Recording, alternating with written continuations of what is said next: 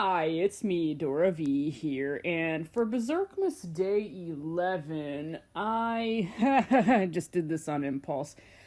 From what I have pieced together in terms of Berserk, Griffith is the result of a lot of ancestry and events and possible past lives that made him who he is today. So I wondered, just what was Griffith's past life? What was it like? And, let's see. Just what the hell happened in his past life? This is a very interesting spread. Oh, it's gonna be a long one. But this is Griffith. So, it's all good. Let's begin, shall we? Jesus. A lot of reversals. Good God. It's not always bad, though. I just wanted to, make that clear. What was your gender? The world reversed. That's... what the hell? Like those. So, guessing, let's see what Mystic Mondays has to say. So, the world reversed, its final stretch, impediment, hindrance, so you're almost there. Like, there's a delay in reaching your goals. But don't be discouraged, it'll happen. Don't be discouraged. But you're in the final stretch, so don't give up now. But I'm guessing the gender was female. Okay. Hello, devil. Look at that tower.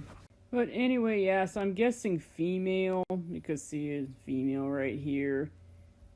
But it all, like, here is no. Let me see. Trumps, changes, so, well, whatever. The gender must have been pretty damn awesome in the past life, because that's a hell of a card to have either way. So, yay. I guess, like a really powerful female. Maybe he was Slan. What kind of environment did you grow up in your past life? The Queen of Wands. Hello. But it's reversed. So, it basically did fine. I guess, and the environment was fine, good, economical, serviceable. Maybe there was some jealousy, like some deceit going on, opposition. So my guess is that it was a pretty good childhood, maybe with some jealousy issues that probably carried on to his current life. You know how he is. And maybe just had some problems, but mostly like a pretty good environment. Lucky him. Or her. Childhood. The lovers. Aww. Now, the lovers also, like, means that you have to make a choice of some kind. But no, that's the devil. We don't want to see the devil. But the lovers, yeah, this is usually a pretty good card. Like, nothing that should be treasured. So, but yeah, it says it doesn't, yeah, don't jump to literal conclusions. Okay, thank you. Basically, like, one of the things is that you have to make a choice of some kind, like the lovers, but it could be romance, and so my guess is that the childhood probably wasn't too bad. Like, he established bonds, had love, but he established bonds, like, had loves, probably did have someone in his past life. Let's see, determining value, yeah, choosing, see, facing a choice. Like all these, so he probably had all this. Something like that. But it seemed to be like a really good childhood where choices were made and probably had romantic bonds. Damn, like pretty good, like past life as a child. So your education and results is the Seven of Swords reversed, and Seven of Swords is like thief card, someone's taking things, but he had good advice, good counsel, good instruction.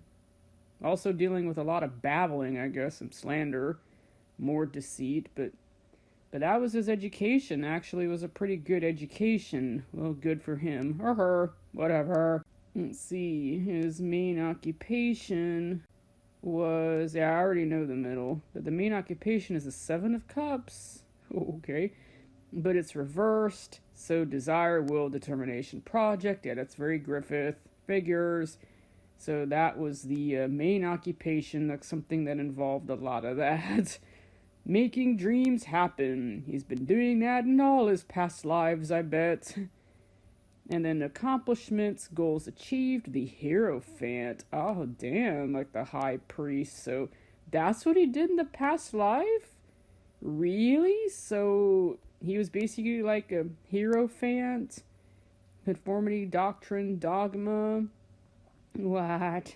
So, knowledge, became very knowledgeable, traditional, following a discipline, faithful, followed things, the rules, really fit in, was committed to a cause and loyal, and basically that's what he achieved.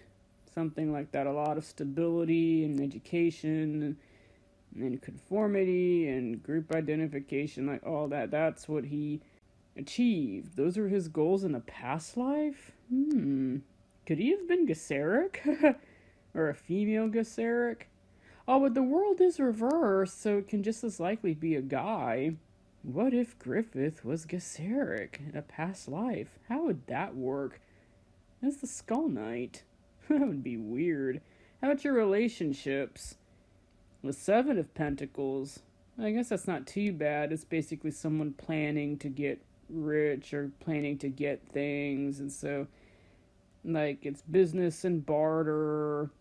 Yeah, it's like money, business, barter. Those are his relationships. Some quarreling and I guess some innocence and being able to plan things out properly. So those are his relationships, or something like that. You see here, evaluating, reaping a reward. So it's like basically leads to the Nine of Pentacles, basically.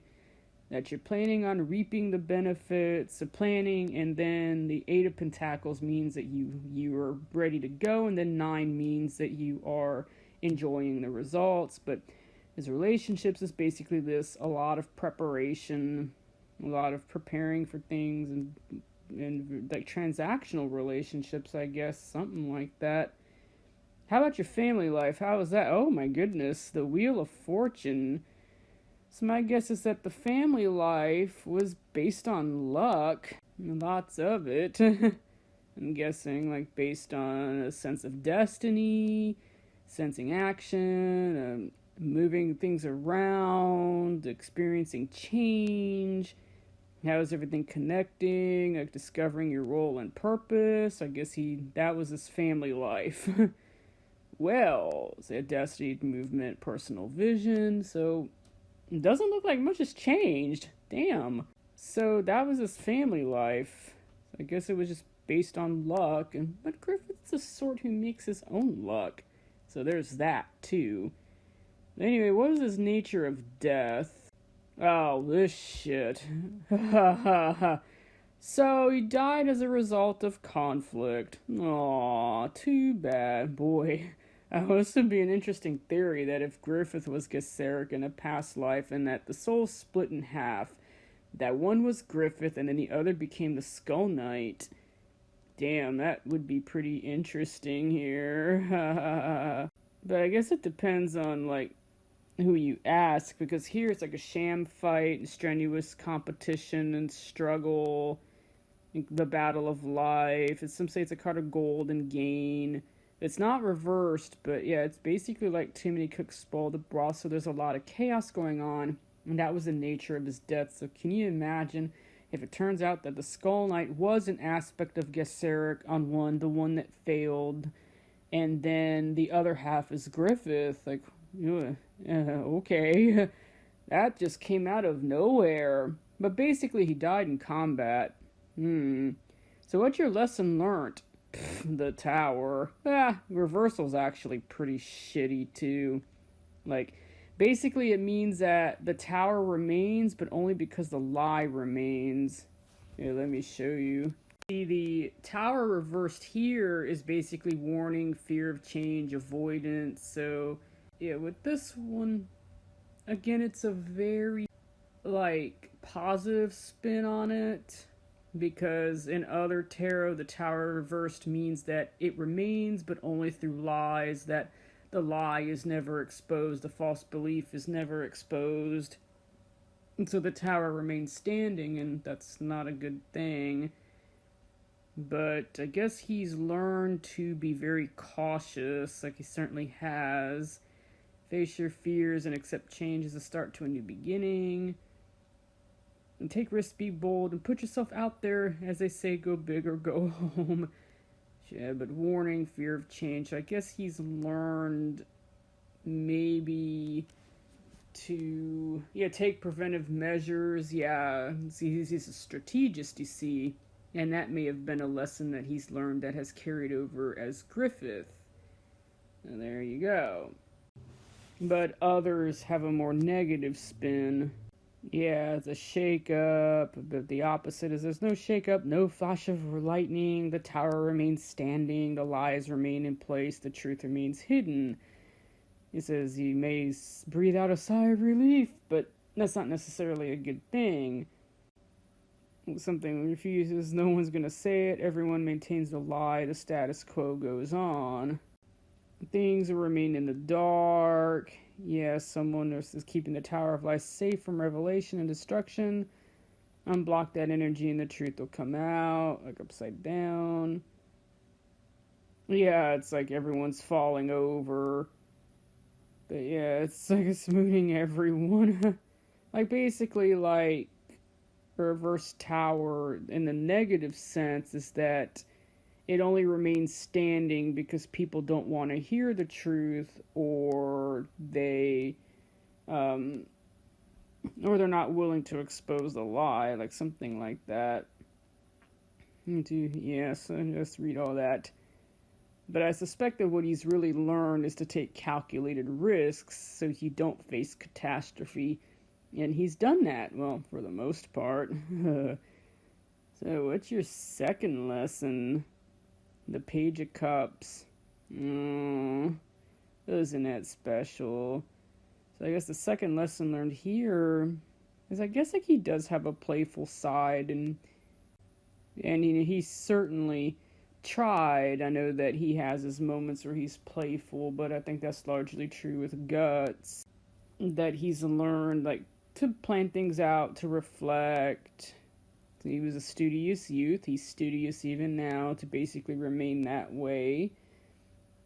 Things directed to business. He was a mercenary, a soldier of fortune, so that's a lesson carried over. And pleasing somewhat effeminate Page. He's learned that, obviously. That's how he's beautiful and feminine. He's absolutely gorgeous. Contemplates a fish rising from a cup to look at him. So yeah, fair young man, like he's definitely carried that over. One impelled to render service, and whom Griffith will be connected to this person? Like, okay, I guess learn that. And something learned to be connected with Rickard. Oh yeah, who slapped him. Ha ha ha. And to basically, yeah, be beautiful, studious, plan things out carefully, take calculated risks.